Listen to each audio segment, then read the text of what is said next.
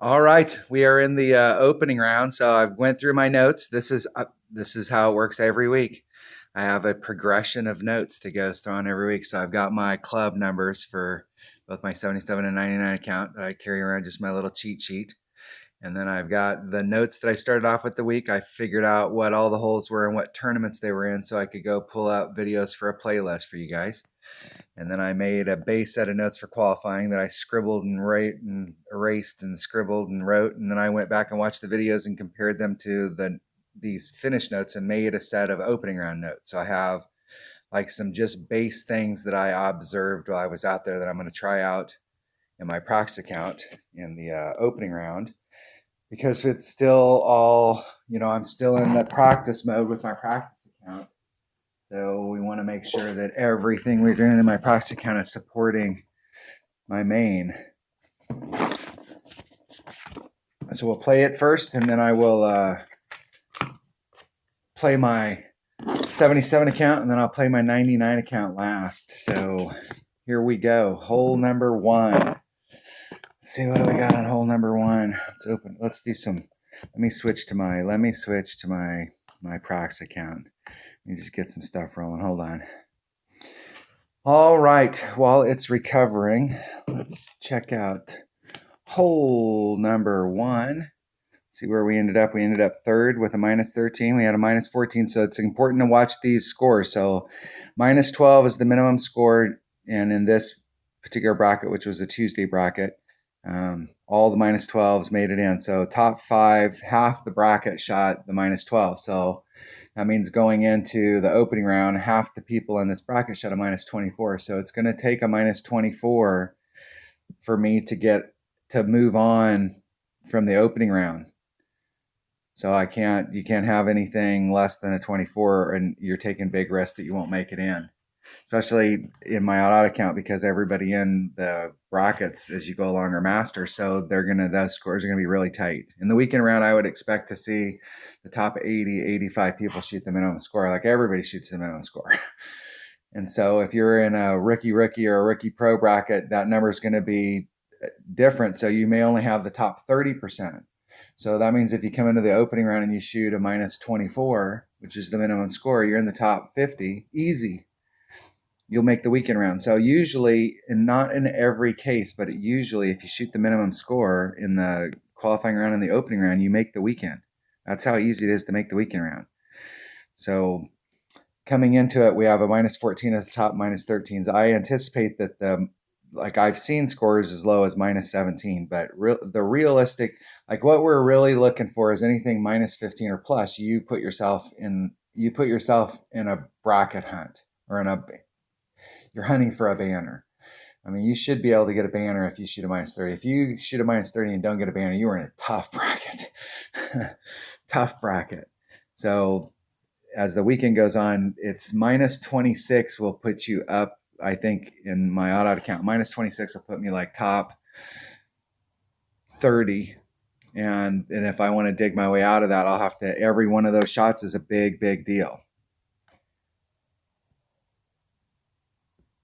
But the reality is that my auto account is all about supporting my 77 account. So will try anything, and we're still practicing shots. So I'm not too concerned about the minimum score. If I can't get the minimum score, I'm in big trouble. I actually dropped a shot in my 77 account, and that pisses me off. I mean, like missing shots that you're trying to get an eagle on, or missing shots you're trying to get an Albie on, that's one thing.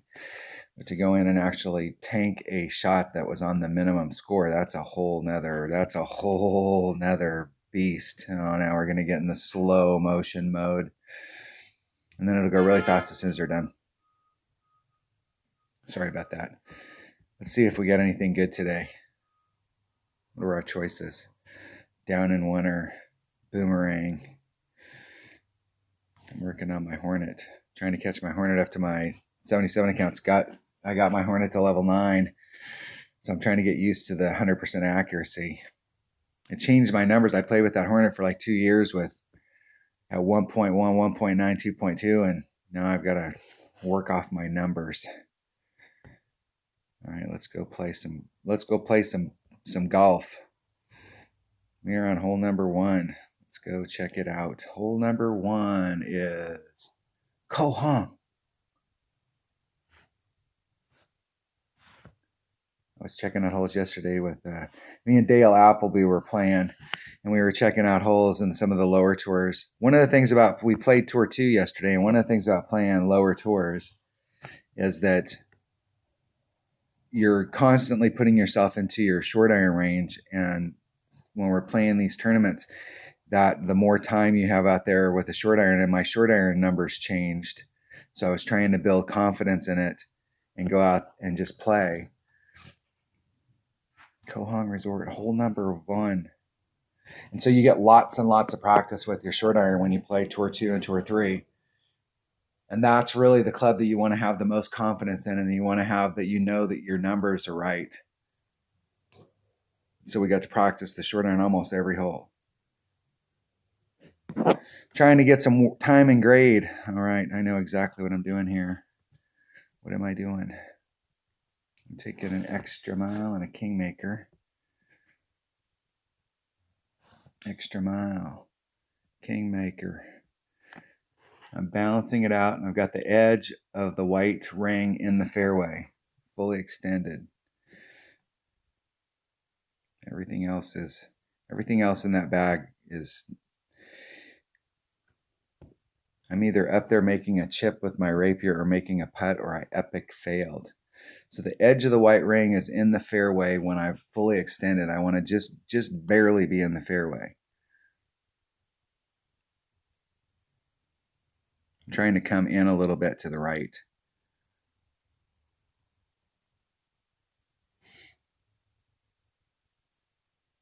It seems like the last time I came through here, the first time I was a little fat to the left, and then I came through, and I think I actually overdid it the second time. I did overdo it the second time, and I actually clipped on the right.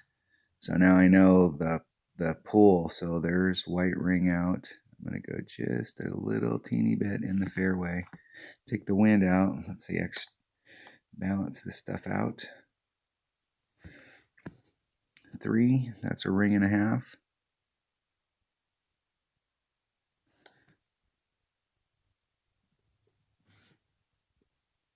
Max over power hook.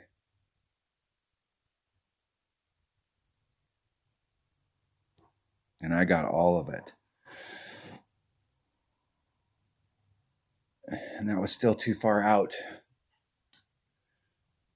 I started off the beginning of the week, and I was a little teeny bit of my white ring in the rough, fully extended, and it was too fat. And I went over, I would say I was about a half a ring in, maybe a third of a ring. And I went about a third of a ring, maybe half a ring out, and that was way too much.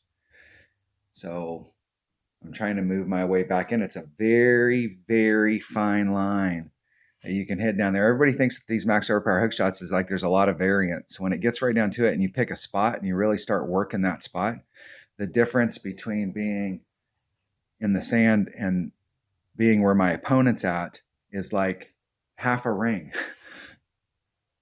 And so you want to find that sweet spot right there in the middle. Okay,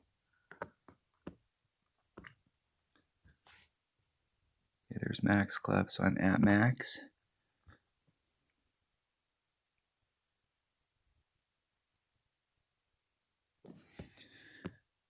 You don't want to be on this edge of the cup.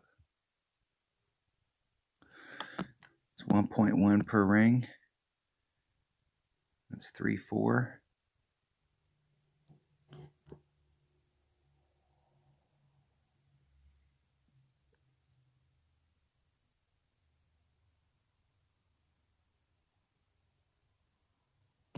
Hitting it perfect. See if we can get that in the cup. It's probably a wind adjustment I didn't make. For sure. Because I'm not practicing. I may have to make a wind adjustment. I may have to just keep a mental image that if I end up in that area, I need to make a wind adjustment. But the deal is, I don't want to end up in that area. I'll work that max overpower hook shot, and I'm not upset that I haven't figured that I've got it, where I've been in that area down there, but I'm still I'm still trying to dial it up so that I get a run. I actually want to be on the green, not in front of it. I think that's the first time this week I've missed this shot.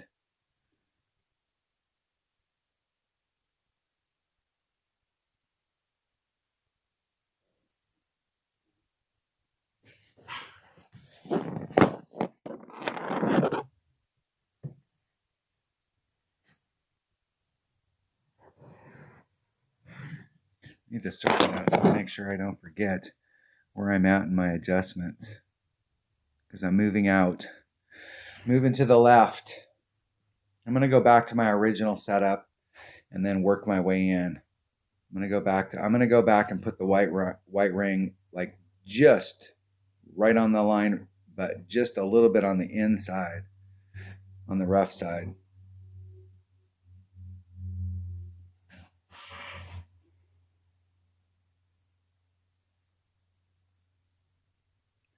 Once I find a really good spot that I know that's in the deal, then I can start working my adjustment all on wind.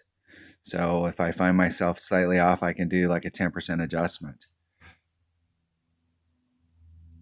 Especially the way the wind's blowing. And what I could do if I find myself a little short is I could put the power back in it, because it's a little bit, I'm taking a little bit of power out, and I could push it back to the red line and put a little bit of power in if I need more distance. So I still have a lot of room for maneuver down there. I like it. And that will be the shot that I'm taking all week. I'm not recommending that you guys take that shot. Really, the safe play is the long iron, is the wood shot. And the long iron shot, you just need to figure out what your topspin is, and then you have 3 different ways to go at it. So you can just figure out which one you like the best. But the wood shot is absolutely foolproof. You hit your wood out there, you drive in with the wood, and you're golden. But I'm going to be working on that Maxar Park all week. Thanks for watching.